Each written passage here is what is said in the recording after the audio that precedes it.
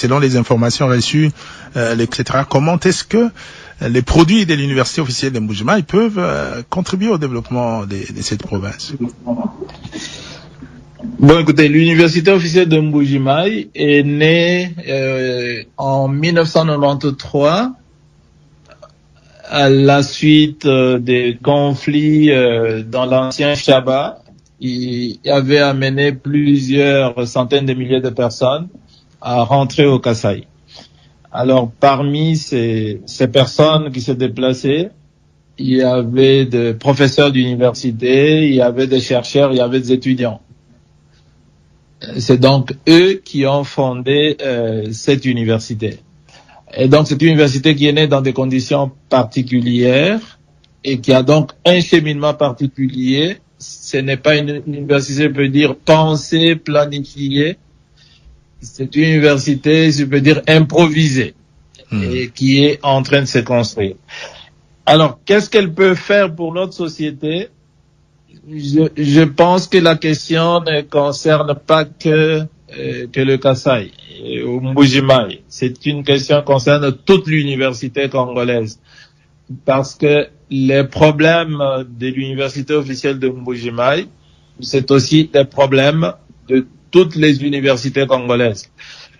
Et on peut bien se demander si l'université congolaise en général est à la hauteur de la tâche.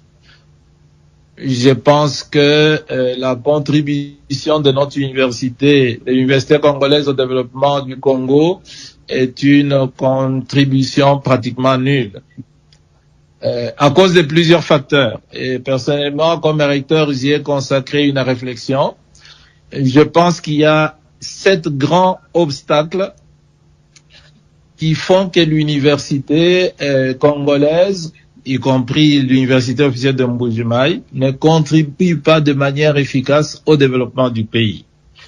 J'ai même publié un texte là-dessus dans les actes d'un colloque que j'ai intitulé « Les 7 péchés capitaux de l'université congolaise ».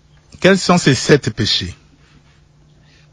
Alors, le premier péché, c'est ce qu'on peut appeler la démission de l'État, globalement. C'est vrai que l'État prend en charge l'université, mais les moyens que l'État met au service de l'université ne sont pas suffisants. Et beaucoup d'universités existent, mais n'ont même pas des infrastructures pour fonctionner. Par exemple, notre université est heureuse parce que d'ici 2-3 mois, nous allons nous installer dans de nouvelles infrastructures.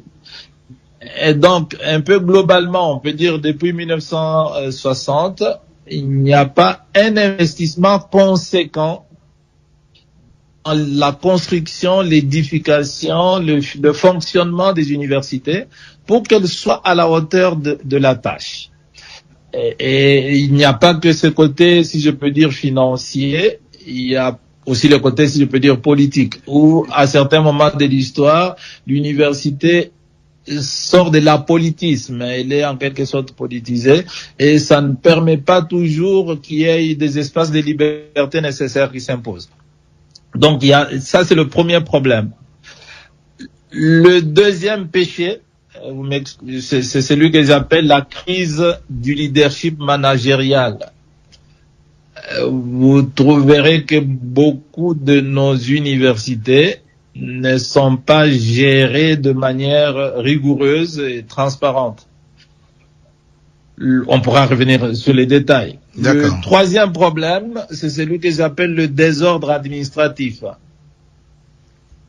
Partant de ma propre expérience ici, vous allez retrouver des universités, en fait, sans une administration, si je peux dire, professionnalisée, où parfois il y a pléthore de personnel et qui ne sont pas à leur place.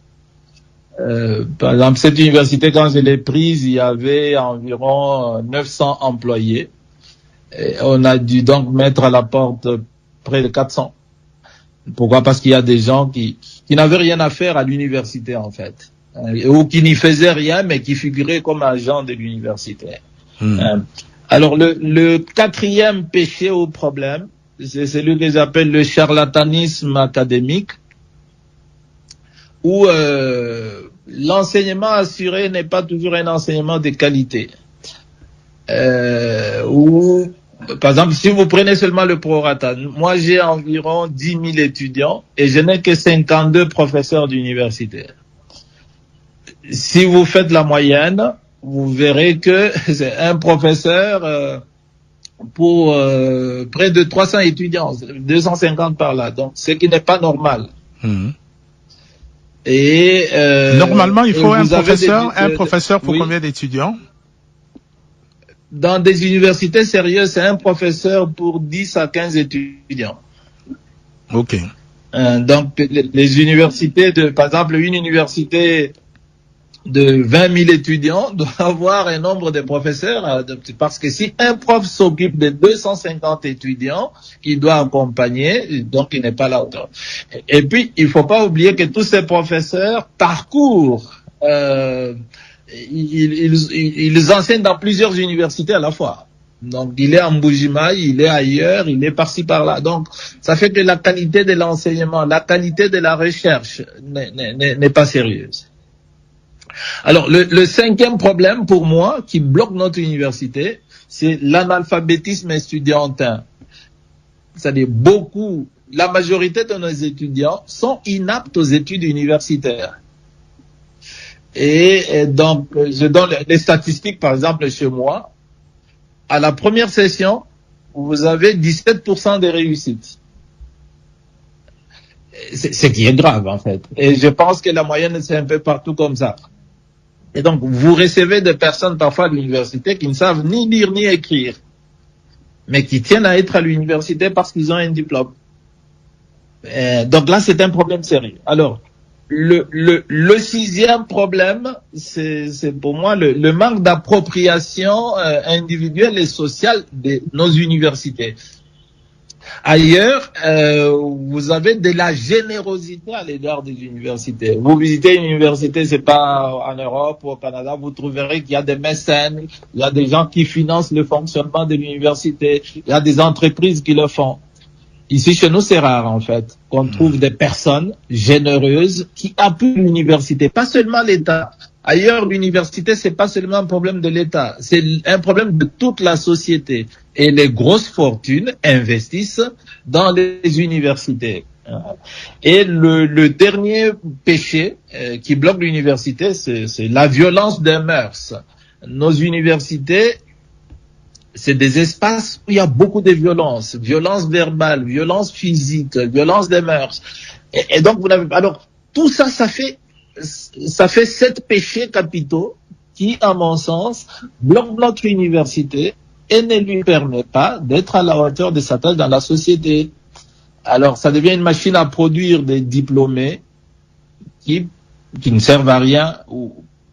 Voilà un peu la situation. Donc, à partir de ces situations, peut-être c'est schématique, je parle à partir de mon expérience. Et alors, à partir de là, on peut voir quoi. D'accord. Voilà, donc ce sont là les 7 péchés qui empêchent l'université congolaise de jouer son rôle.